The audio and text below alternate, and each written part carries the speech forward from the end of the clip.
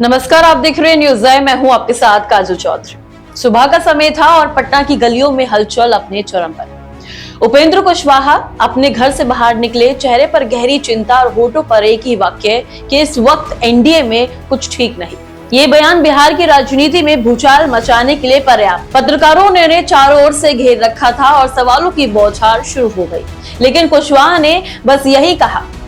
उनकी नाराजगी सीधे तौर पर सीट बंटवारे और महुआ सीट को लेकर थी। कुशवाहा की पार्टी को केवल 6 सीटें दी गई थी, जबकि इन्होंने 24 सीटों की मांग रखी थी और लगभग 20 सीटों की सूची बीजेपी को पहले ही सौंप दी थी। महुआ सीट जो उनकी प्राथमिक सूची में थी, चली गई चिराग पासवान के खाते में और यही वजह रही कि रात 11 बजे से लेकर सुबह 5 बजे तक बीजेपी के कई बड़े नेता उनके घर डटे रहे, लेकिन कोई सहमति नहीं बन पाई।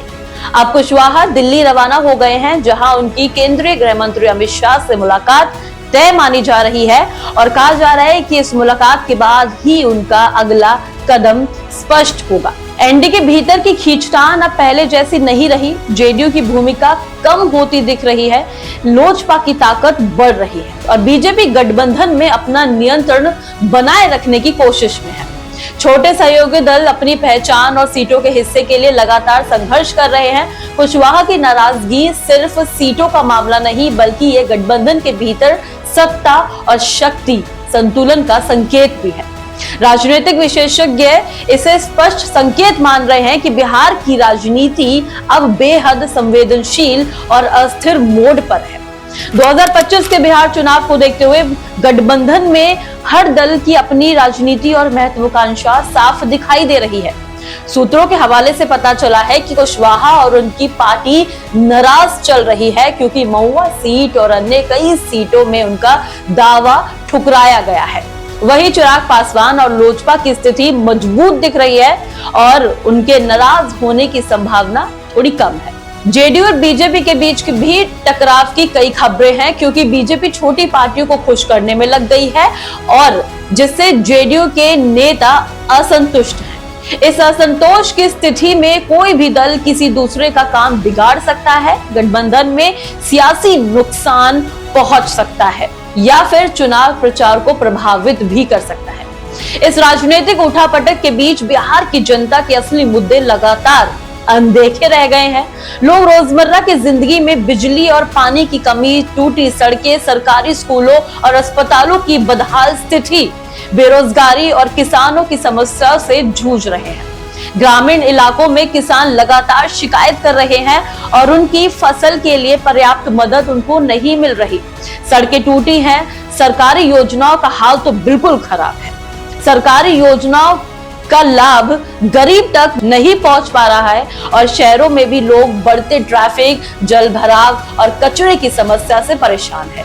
जनता अब सवाल कर रहे हैं कि जब राजनीतिक दल गठबंधन और सीट बंटवारे की लड़ाई में इतने व्यस्त हैं, तो आम आदमी के जीवन में सुधार कब आएगा। ये असंतोष धीरे धीरे चुनावी नतीजों पर भी असर डाल सकता है। बता दें कि विपक्ष ने इस फूट का लाभ उठाना शुरू कर दिया है। सूत्रों के मुताबिक राजद और वीआईपी के बीच डील फाइनल हो गई है, जिसमें मुकेश सहनी की पार्टी को 18 सीटें दे दी गई हैं, जिसका मतलब साफ है कि यदि एनडीए के भीतर कोई दल असंतुष्ट रहता है तो विपक्ष तुरंत अपने लिए मौके तलाश सकता है। बिहार की राजनीति इस समय अत्यंत ही संवेदनशील और गतिशील है। हर छोटा कदम महागठबंधन और जनता के बीच असंतोष पैदा कर सकता है।